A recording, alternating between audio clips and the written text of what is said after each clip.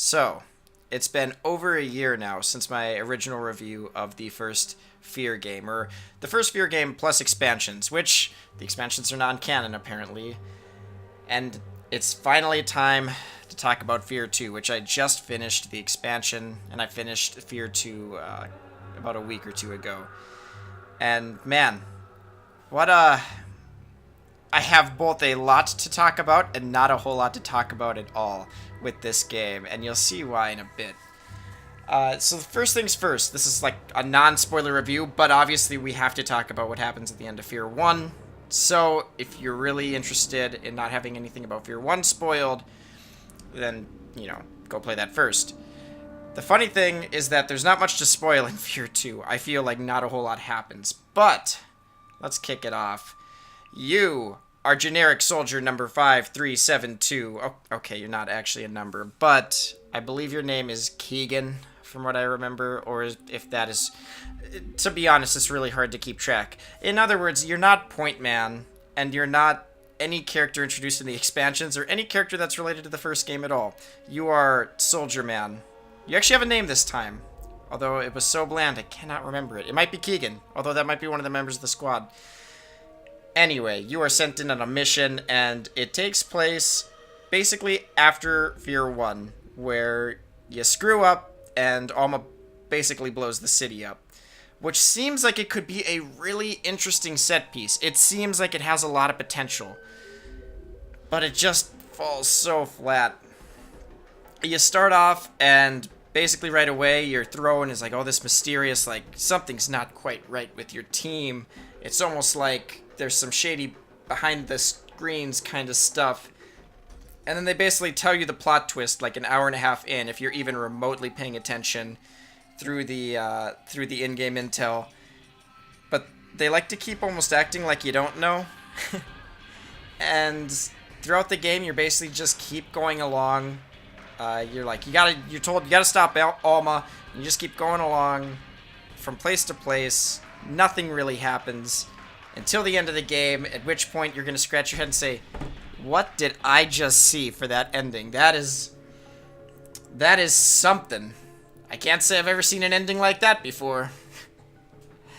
What I'm trying to get at is the first F.E.A.R had a much better contained mystery and plot revolving around it. And I think the real downside here is that Alma is the new antagonist, but the thing is all the mystery surrounding Alma, I mean, you do learn, the most interesting part is, you go to this one area and you learn more about the backstory of Alma, a little bit, just a tish, and outside of that, the mystery surrounding Alma is gone. She's no longer all that interesting.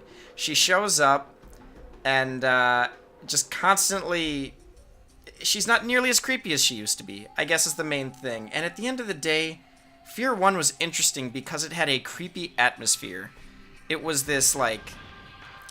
It was a little bit jump scary, but at the same time, it's like you enter a room and the walls are covered in blood, and then you turn around and the door you just came from is gone, and all of a sudden you're transported to another realm. And they do some of that stuff here, but it's not interesting anymore because we already saw it in the first game. And also... Alma is, like, way more prone to jump scares now, and their biggest thing is, like, throwing the same animation at you over and over again of Alma, like, jumping on you, and, like, slapping you a little bit, and then you must press button to escape. It's, like, the most immersion-breaking thing that they could do, and without F.E.A.R involved, who, let's be honest, I mean, F.E.A.R was probably... Outside of the mystery of Alma, F.E.A.R was, like, the interesting, like, crazy, like, wild card character of the first game, and he's nowhere to be found here. So now you're just left with, like, really bland crew members that show up too often and break any kind of spookiness that could be going on. And Alma, who is basically stopped trying to be the character from The Ring, and now just wants to, slap you a lot and throw ghosts at you. So yeah, the story is like action-packed, like just non-stop shooting from section to section. The easiest part about this review, this is what I'm going to love about this review. This will be my easiest to edit review yet, because I can show you any part of this game, literally almost any part, and it will be... I won't have to worry about showing spoilers, and I can demonstrate almost any point I'm going to talk about by showing any gameplay footage, because the game basically never changes. The combats will feel exactly the same 10 minutes in as they do 4 hours in. And I think there's a lot of things that contribute to that. First, the enemy variety is abysmal. There is like 3 different palette swaps of soldiers, and I can barely tell a difference between them. I think some might have more health than others, and they use different weapons a little bit, but... And then the paranormal enemies don't fare much better. You have Gollum from Lord of the Rings, some ghosts that walk over to you, and if they touch you, they die, I guess, and do slight damage. I don't know, the developers must have been playing a lot of Gauntlet. And there's some enemy that seems really cool in theory, where he reanimates dead corpses, except he's very slow, and the best strategy is to run up to him slow-mo and then just shotgun like 10 shotgun blasts in his face before he does anything, and then he dies. Riveting. There's the typical, like, oh, this guy's slightly more heavy armored, or the, oh, this is the giant power armor, but they show up so rarely, and they're never introduced with fanfare like it was in the original F.E.A.R game. Like the original fanfare, the first time that super mech came down, it like jumped through the ceiling, and they had been like building up, like you'd hear like little creaks, like what's that noise, what's going on, and then it'd be like show up and then start blasting you. They sort of may try and do that a little bit in this game, but it just doesn't work at all. It's not nearly impactful enough, and it's brought on, and it lessens it because of the cheese tactics you can do, because now you just throw a shock grenade and you just unload on it and it can't even move. Also, the grenade types got out of control in this game. There's 4 different grenade types. I couldn't use grenades fast enough to like ever run out. Like I legit, like for a time I was like, I'm gonna do nothing but throw grenades. I just want to get rid of grenades. And I couldn't. I'd find more before. I mean, you have 4 grenade types, you can hold 5 of each. It is absurd, and like 2 out of the 4 grenades are like situational to like useless at best, or at least I couldn't tell a difference of why I wouldn't just use a regular frag grenade. Honestly, I do feel like the enemy variety is a big problem in this game and contributes to why every gunfight feels so samey. They're just not interesting enemies. The chatter isn't as interesting as it was in F.E.A.R 1, and they don't seem to act as human, I guess. And a lot of the creepiness is gone, because now you're fighting a lot more regular soldiers and less replica soldiers, and the replica soldiers are trying way too hard to be creepy now. They get like a Terminator face now, and I don't understand it. I don't understand if the replica soldiers are supposed to be machines or people at this point. Also, I just want to point out right away at the beginning that don't play on normal. I played on normal throughout most of the game. It is like the equivalent of a very easy setting in any other game. I seriously went through almost the entire game almost never using a single med kit. Like, I maxed out, and then it never left that maxed out throughout most of the game. It is insultingly easy.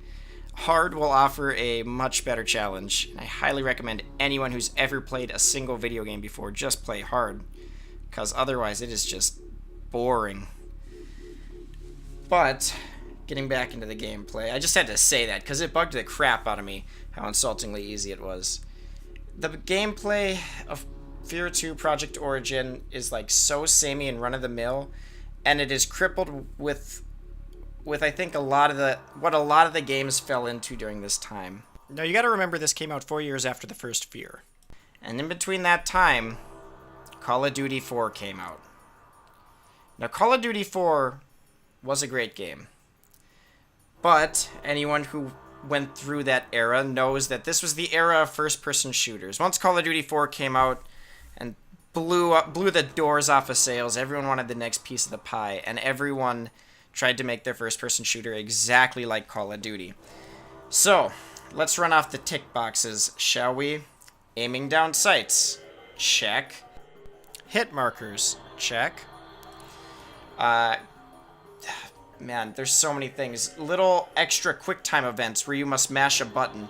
By the way, it really, really annoys the crap out of me how gigantic they made the action button. It's like they were really worried you didn't know where the F key on your keyboard was at, or like any of the letters. It completely breaks any immersion when like an enemy jumps on you and then all of a sudden you're like, this giant keyboard key shows up on your screen. And I was like, yes, I'll mash the button. And they're not even fun. I mean, it's funny because some of the enemies that will latch onto you and you gotta mash the button, you'll take like 0 damage because it's so easy to do, and sometimes it's almost easier just let them grab onto you so you can kill them with the quick time event. So you got the quick time events, you got action set pieces that are basically non-stop in that, you know, base explosions everywhere. And it's almost like they toned down kind of the spooky atmospheric parts. You know, the parts where like Alma would show up and then like turn into ash and vanish, and then you spin around and like the door shuts or like a pool of blood runs at you. It's like they do that so much less, almost as if they're scared. They're scared they're going to lose the audience's attention for like even a fraction of a second if they're not shooting something. And every gunfight plays the exact same. There's very little difference, and the enemy AI, while it was interesting in F.E.A.R 1 and I could appreciate it for the time, I think it might have gotten worse in this game. Either that or I just don't really remember. They are aggressively dumb in this game. I mean, aggressively dumb. The kind of dumb that's like the developers think they're clever by making them all hyper-aggressive so that they try and flank you or something. But in actuality, all they do is you can sit behind a box and like funnel them into a corridor, and they will all just run in one by one. And they don't even spout as much cool dialogue as they did in the first game. It's a game, it's so difficult to describe, but it truly does feel like a game where the developers just really couldn't grasp what it was that made their first game in the series so much fun, and what made it special. The physics, the physics are still there a little bit, but even they're toned down. There's not as much like stuff flying everywhere, or, you know, ridiculous pop cans making noise. Now it's just all very like realistic looking environments, like very samey, and the gun variety is really bad. Not a fan. I think that's part of the reason the game started rough for me, because I'm like, wow, aim down sights, a sprint button, this and that. This is really feeling not like just copycat-ish. And then all they stick you with for the first part of the game is they give you a pistol, and then you'll get the submachine gun shortly after. And those are like the only 2 guns you'll work with for like the first hour of the game, and both are just incredibly bland. The problem is they introduce new guns at such a slow pace, and what they do introduce are either just copies of the originals, or really... I think there's probably only 1 or 2 weapons that aren't ripped straight from the original. And the ones that are all the ones that are brought back are not the interesting ones. Like the Tesla cannon, gone. The little like instant cannonball launcher thing that made explosions, gone. Probably the most interesting weapon that came back was the Penetrator, which is now nicknamed the Hammerhead, I guess. And you can still pin enemies to walls, which is kind of cool. But, it takes so long, and the problem is, I think a big problem with the gameplay in general is instead of letting you carry 3 weapons, I'm pretty sure they limited you to 3 in the first game, they let you carry 4 now. And as someone who's actually a fan of like the Doom style, let me carry all the weapons, it does not work with what this game is trying to do. Because first of all, there's no designated position for any of them. So now, as I'm swapping weapons in and out, I was confused to no end. I was constantly like, what was shotgun? Was that 2 or was that 4? No, it switched to 3 now. What was the assault rifle? And at the same time, it also gives you too many options. I carried a rocket launcher throughout like half of the game, and finally when a giant powered mech showed up, which would have been an interesting fight, and I don't know if there's even a rocket launcher there, I was like, oh, I have this rocket launcher from 3 hours ago, and I just blew it up instantly. I was like, well, that was fun. the fact that you can carry like one bread and butter weapon, like the shotgun, and then all these power weapons, just ridiculous, and it gets confusing. I don't like it. It ruins any semblance of like swapping weapons in and out, because you can just stick with the same four the whole game, because there's not a whole lot of weapons to choose from in general. Ugh. Now it sounds like I'm being really, really negative on this game, but I think it's only because I really went into it hoping for it to be really good, because I really did like the first F.E.A.R game. It was a unique little gem for the time, and it's a game that not only I think was a landmark game, important in gaming history, on the PC side, because it did a lot of cool things with its physics and its gameplay, but it is also still fun to go back and play in today's world. And I don't think F.E.A.R 2 hits either of those. I don't think it's so aggressively average.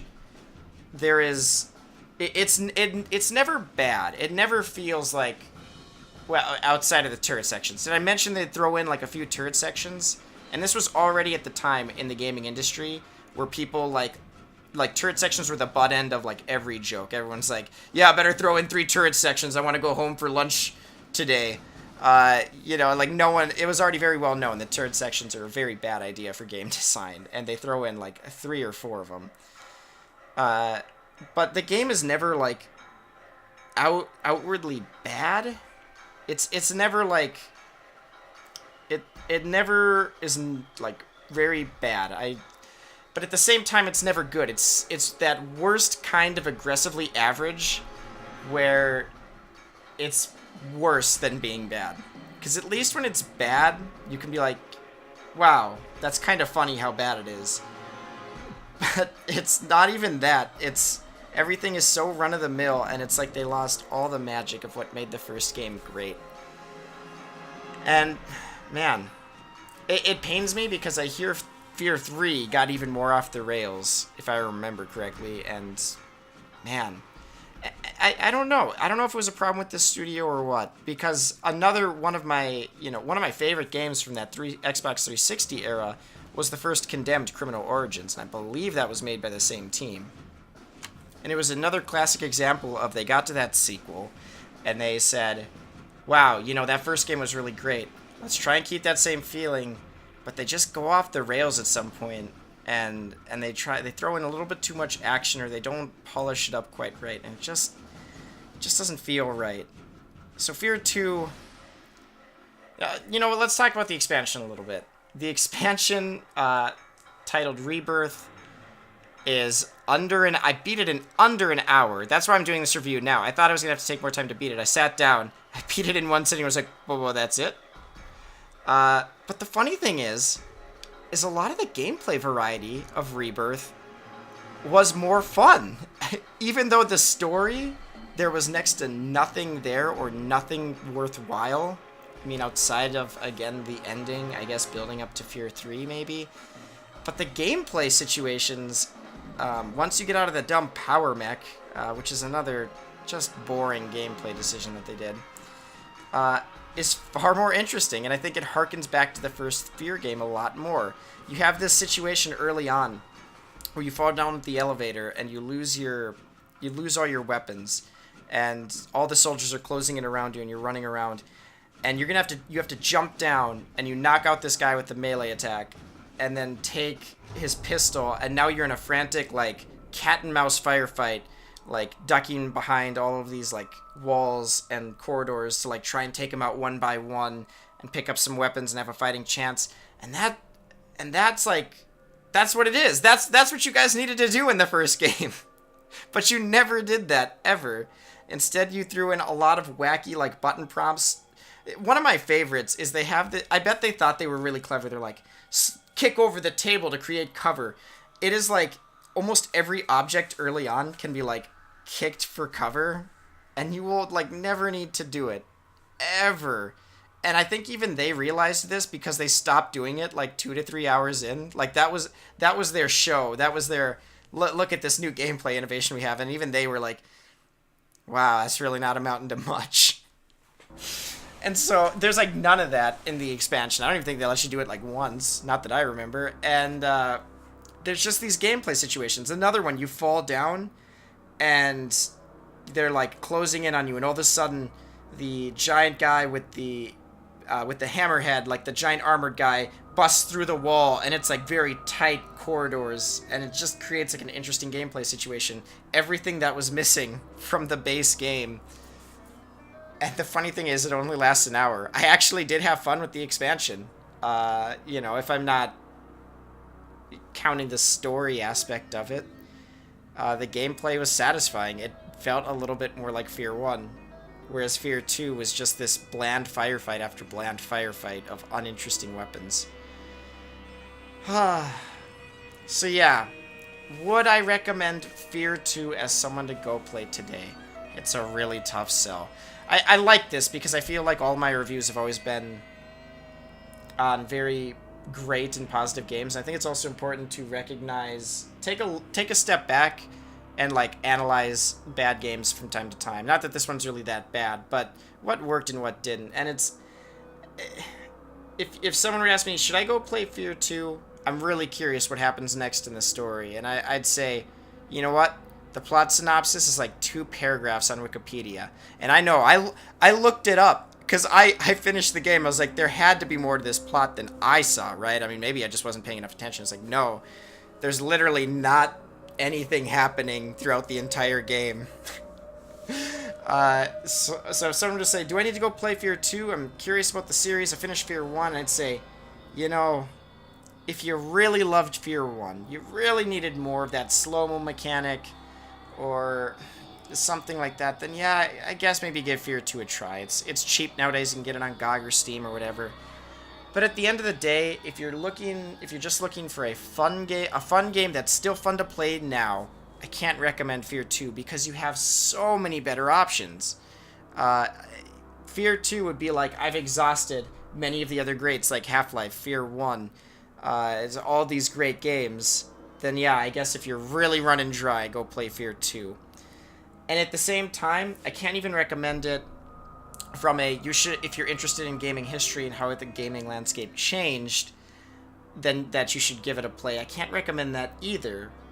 And that was kind of like System Shock 1, you know, it's very unintuitive to play now, but the tech was so cool for the time, it's almost worth playing just for that. And I can't recommend F.E.A.R 2 for that either, because honestly, nothing on display here is really all that groundbreaking. It had all been done before, and where F.E.A.R 1 once innovated with its slow-mo and atmosphere, it's now the copycat, trying to follow in the wake of the cavalcade of first-person shooters that were being released during the time.